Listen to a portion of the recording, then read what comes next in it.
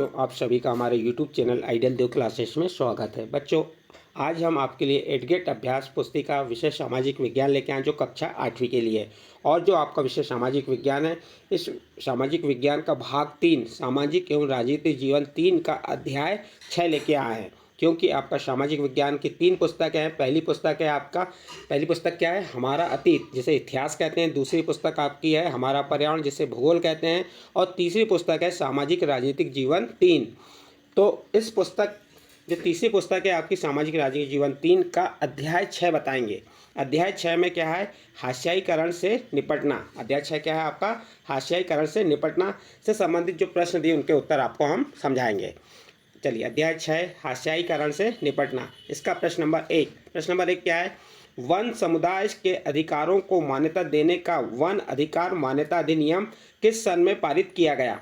ए number वर्ष 2006, B number वर्ष 2007, सी number वर्ष 2005 और डी नंबर वर्ष 2008। तो इसका सही आंसर आ जाएगा आपका ए नंबर वर्ष 2006। उत्तर में क्या लिख देंगे, ए नंबर वर्ष 2006। नेक्स्ट प्रश्न है आपका प्रश्न नंबर 2, भारत के किसी भी नागरिक के साथ धर्म, नस्ल, जाति, लिंग या जन्म स्थान के आधार पर भेदभाव नहीं किया जाएगा, संविधान के किस अनुच्छेद में उल्लेखित है। यहाँ पे 4 ऑप्शन है। पहला अनुच्छेद है आपका ए नंबर में अनुच्छेद 15, बी नंबर अनुच्छेद 16, सी नंबर अनुच्छेद 17 और डी नंबर अनुच्छेद 12।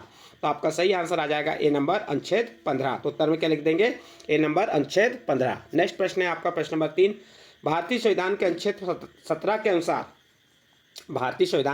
17 के अनुसार उन्मूलन किया गया है। ए नंबर अस्पृश्यता का, बी नंबर जल विवाद का, सी नंबर भाषाई विवाद का और डी नंबर जातीयता का। तो इसका सही आंसर आ जाएगा आपका ए नंबर अस्पृश्यता का। भारतीय संविधान के अनुच्छेद 17 के अनुसार उन्मूलन किया गया, किसका, अस्पृश्यता का उन्मूलन किया गया। तो ए नंबर का ऑप्शन सही है। उत्तर में क्या लिख देंगे, ए नंबर अस्पृश्यता। नेक्स्ट प्रश्न है आपका प्रश्न नंबर 4, अनुसूचित जाति एवं अनुसूचित जनजाति अत्याचार निवारण अधिनियम का निर्माण हुआ है।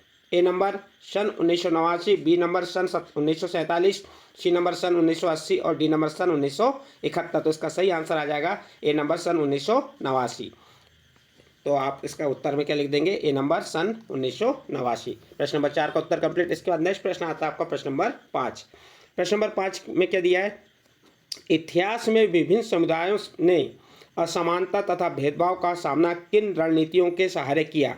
तो आप उत्तर बता देंगे, इतिहास में विभिन्न समुदायों ने असमानता तथा भेदभाव का सामना धार्मिक सांत्वना, सशस्त्र संघर्ष, आत्मपरिष्कार व शिक्षा और आर्थिक बेहतरी की रणनीतियों के सहारे हालात को बदलने का प्रयास किया।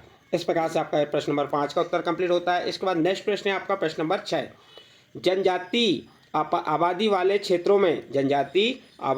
क्षेत्रों में सामाजिक न्याय को प्रोत्साहित करने हेतु सरकार द्वारा क्या कदम उठाए गए।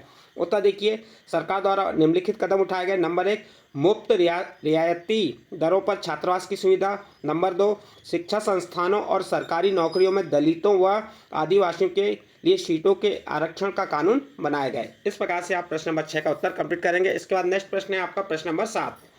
प्रश्न नंबर 7 क्या है, अनुसूचित जाति एवं अनुसूचित जनजाति अधिनियम 1989 क्यों बनाया गया। तो उत्तर देखिए, अनुसूचित जाति एवं अनुसूचित जनजाति जैसे अत्याचार निवारण अधिनियम 1989 दलितों और आदिवासियों के साथ रोजमर्रा में होने वाले दुर्व्यवहार और अपमान पर रोक लगाने के लिए बनाया गया। यह आपका प्रश्न नंबर 7 का उत्तर कंप्लीट हुआ।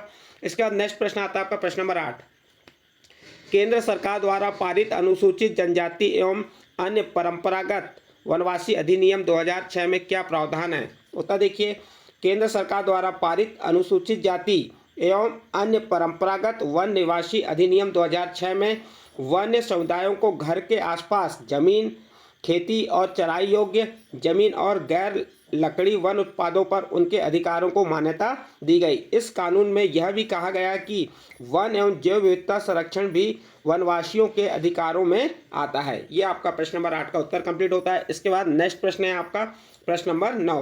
प्रश्न नंबर 9 क्या है, आरक्षण का कानून लागू करने के लिए क्या तर्क दिए गए। तो देखिए, आरक्षण का कानून लागू करने के पीछे यह तर्क दिया गया कि हमारे जैसे समाज में जहाँ कुछ तबकों को सदियों तक पढ़ने लिखने और नई निपुणता हासिल करने के अवसरों से वंचित रखा गया है, वहाँ लोकतांत्रिक सरकार को इन तबकों की सहायता के लिए ठोस कदम उठाने चाहिए।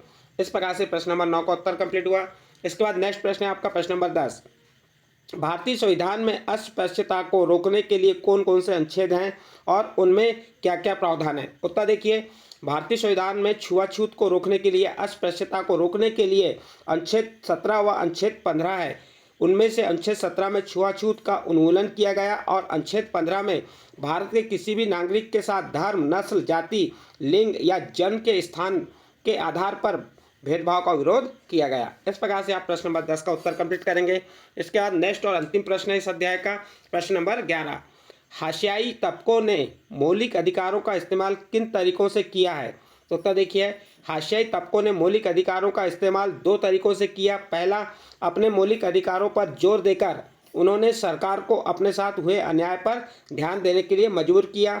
दूसरा, उन्होंने इस बात के लिए दबाव डाला कि सरकार इन कानूनों को लागू करे। इस प्रकार से आप प्रश्न नंबर 11 का उत्तर भी कंप्लीट करेंगे और इस प्रश्न के साथ ही आपका अध्याय 6 कंप्लीट होता है। अध्याय 6 के आपको सही विकल्प और प्रश्नों के उत्तर बताए। यदि बच्चों आपको इन प्रश्नों के उत्तर या सही विकल्प अच्छे लगे हों तो आप हमारे चैनल आइडियल देव क्लासेस को सब्सक्राइब कीजिए, लाइक कीजिए और इस वीडियो को अन्य ग्रुप में शेयर जरूर कीजिए।